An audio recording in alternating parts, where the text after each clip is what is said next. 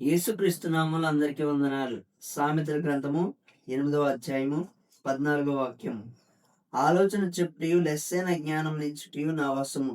జీవాధారము నేనే. ఆలోచన చెప్పుటయు లెస్సైన జ్ఞానం నిచ్చుటయు నా వశము అంటున్నారా? ఎందుకంటే జీవాధారము ఆయన.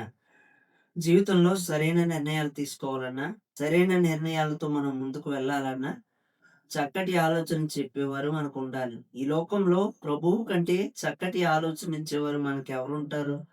ఒకవేళ మనుష్య జ్ఞానము, వారి ఆలోచనలు కొంతవరకు పరిమితం కావచ్చు. కొన్నిసార్లు అవి విఫలం అవ్వచ్చు.